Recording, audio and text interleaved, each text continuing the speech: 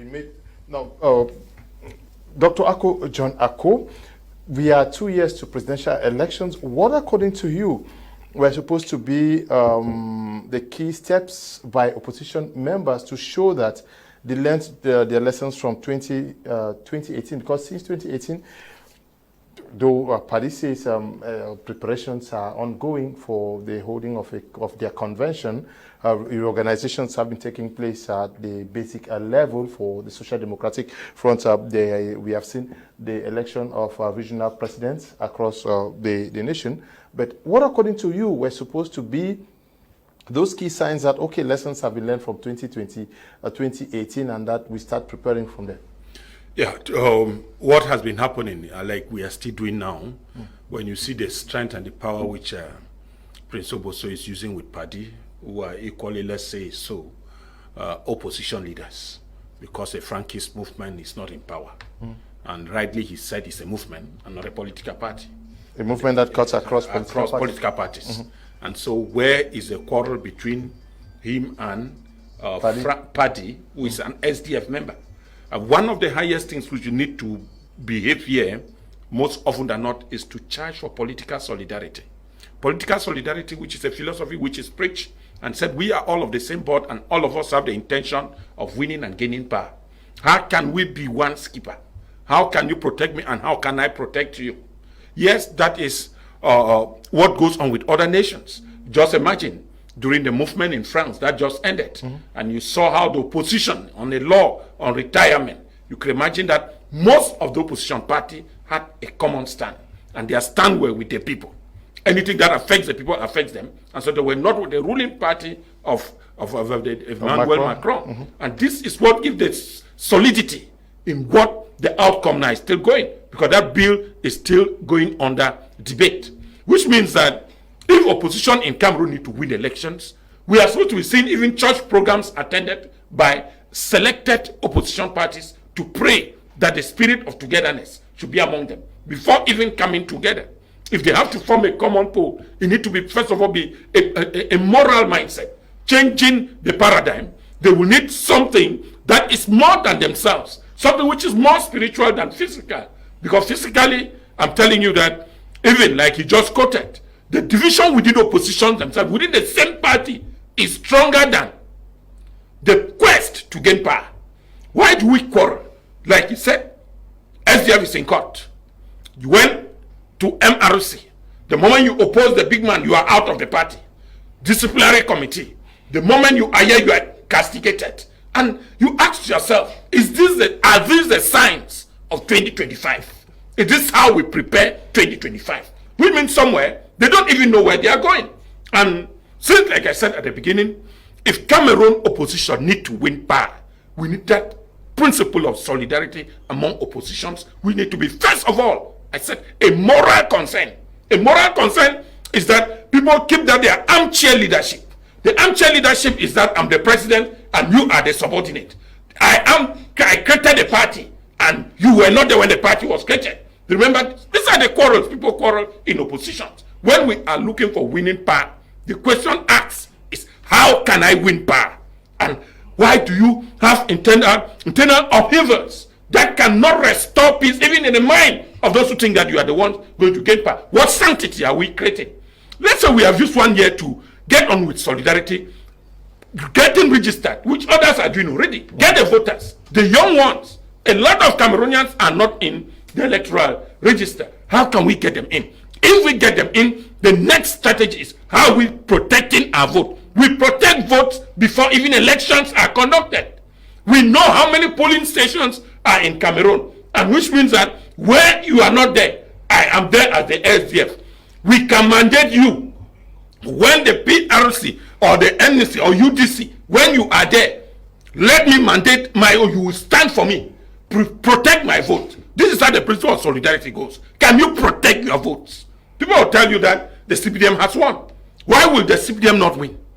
When governors and SDOs are already the agents of the state, and where they are, you are not present. How do you intend to protect your votes there?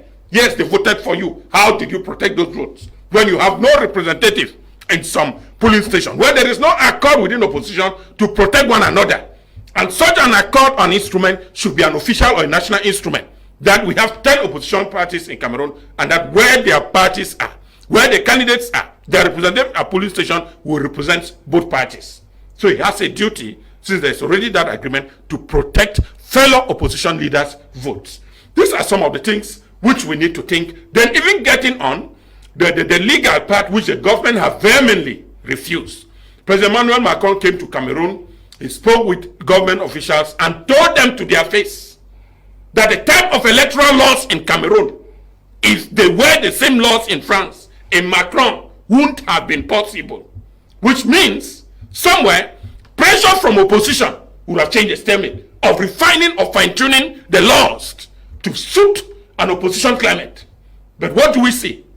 We realize that after small quarreling left and right, MRC is not in parliament. How does he participate? That is where again the principle of solidarity work. The SDF, you are in the parliament. The PCRN, you are in the parliament. Do us this favor. You can cause havoc in parliament. I want to tell you, not even getting in line with the second topic, for those who were in southern Cameroon and what happened in the Eastern Regional House of Assembly. We were not many. There were just 9 representatives. But you can imagine what happened. We are not going there. We are not coming to that assembly in Onogo. And you're marking how Nigeria vibrated before southern Cameroon was given an autonomous region. Just imagine in the next session, nobody from the opposition is present. While session is going on, imagine them gathering at a party conference house in Douala, fixing the lines among themselves. You can imagine what tension the international community will give a consent. But people sit, they think of their mission for the session. That mission order for that session, which they are thinking of gaining, is more than the interest of the people to protect. These are the type of opposition we are talking. Some of them, after voted into office, which we have just observed, they have simply disappeared. Yesterday they were on media, today media is no longer their friend. Because they don't want to even see. They are eating quietly, let them eat quietly. Just imagine that. Opposition in Cameroon need to be fine-tuning the laws that govern selection, that gives equity, fairness, transparency to the next generation. But you will realize, like I said, and people like Oboso will be very happy with the climate. If it stays like that, it is the same ball game, the same rules will apply. And so if their candidate is chosen, they will win. And if they go for the primaries, just know that they have won. We were here during the senatorial elections. What happened? All the candidates by the CPDM in the various polls won 100%. Who had changed, who had claimed that there is foul in the electoral process.